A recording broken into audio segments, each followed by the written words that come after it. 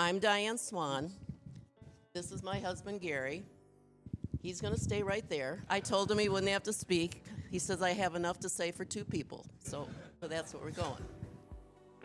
We live in Lansing, and we have a son that's almost 54, and he suffers from substance use disorder.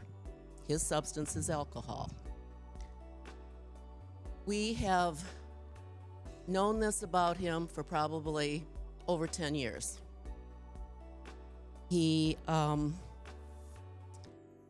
never know what it's like to be someone with a substance use disorder, but at the same time, you will never know what it's like to be parents, siblings, have someone you care about that has this disorder.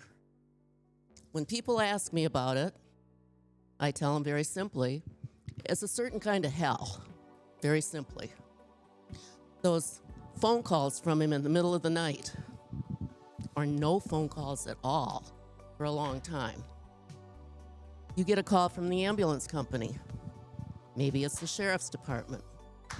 You know, you're afraid to have the phone on in the middle of the night because of those phone calls. Even when things are going well and you're not in the middle of a crisis, you have this inner tension, like an overwound clock inside, waiting for the next shoe to drop whenever this will happen, and if it does. Well, when we've been with the Family Recovery Program now for maybe about 3 years, about that long. We've learned a few things. One, we understand a little better what this substance use disorder does to people's brains. You know, you can be in recovery for a long time, and that demon lurks in the back of your brain forever. You can't cure it.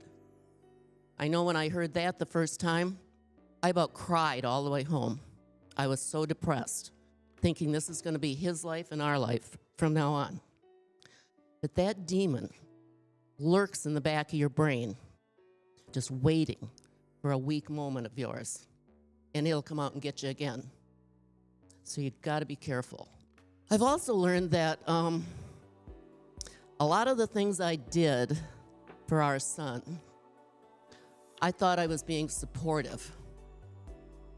I learned I was enabling him, allowing him to continue doing what he was doing and not have any consequences. For instance, I didn't want him to worry. I learned how to deal with the IRS from Michigan when he lived in Colorado. Apparently, just filing your taxes but not paying anything, they frown on that a lot. So I had to deal with that. But they were very nice, despite what you may have heard about them. So in doing that, thinking I was supporting him, I was enabling him. And it's been more recently that I have learned about myself that I did a lot of those things for myself. It would be one less thing I had to worry about negatively affecting his life and then affecting ours. So I'm working on that. We also learned that, well, as I tell people, and I'm going to have t-shirts printed that says this, I did the best I could with what I knew at the time, and I don't feel guilty. But when you know better, you have to do better. So I hope it's one of the things I'm learning. The other thing is, don't be afraid to talk. I'm talking like to anyone who has a loved one, whether it's parents, siblings, spouses, anything. Do not be afraid to talk about your person. I have found that sharing our story with our friends, and our son says, "I bet all your friends know about me, don't they, Mom?" I says, "Yeah, they do. But they also pray for you." And I think that's one of the main reasons you are still here. So I have found that in sharing our story with people, they will come out to you and say, "Well, you know, There's someone in my family just like that. You need to share this. You guys have an amazing bunch of resources up here in Traverse City. ATS, 217. You have fun events, all sorts of things. But not every community has this. And unless you speak up and let people know about it, about the problem, you're not going to get any more resources. So, just a case in point here about speaking out. First week of February, my husband and I went to Mexico for a week with some friends. Our son's staying at our house alone. It had been doing pretty well. He relapsed twice in 3 days. Our daughter, who is single and lives alone, was the only family member in the area. She got called over there. He called her, and he was threatening to harm himself. So she's flying over there, and she gets there, and the ambulance is there. 2 sheriff's department cars are there. They wouldn't let her in. She was afraid of what she was going to find. She was terrified. And they have it twice. When she picked us up at the airport, or later told me, she says, "Mom, when you and Dad are gone," she says, "I can't do this.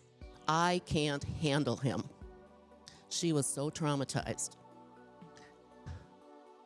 Ironically, shortly thereafter, I told her she really should see a therapist for her own issues after this. Well, she had a doctor's appointment shortly thereafter.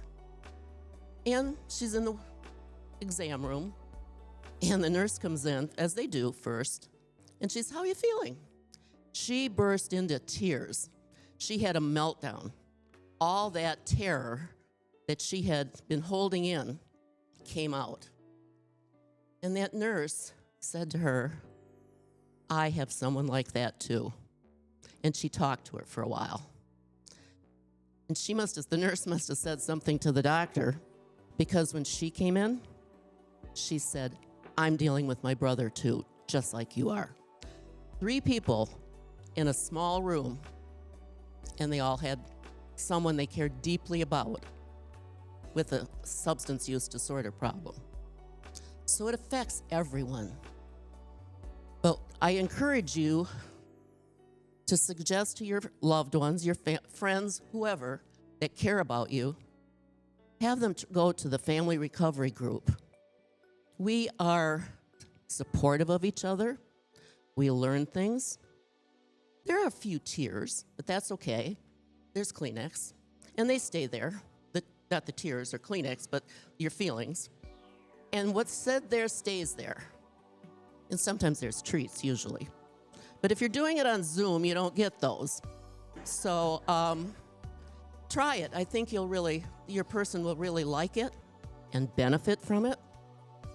And last year they had a picnic at ATS. And it was outside for all the family recovery people. And if you were to drive by, a person not knowing what was going on there, they wouldn't have any idea what issue we were all there because of. We were laughing, sharing stories, having a good time together in common. Some of us didn't want to leave, but apparently had to. So please encourage your person. Talk about the problem. I know years ago, people used to, quite a few years ago, if someone in your family got divorced, you didn't talk about it. If a woman had a baby and wasn't married, you didn't talk about that either. Well, nowadays, that's not a big topic. But substance abuse disorder seems to be. Nobody wants to talk about it, and you need to. You need to share the need, and I don't think you'll be sorry. So thank you for your time.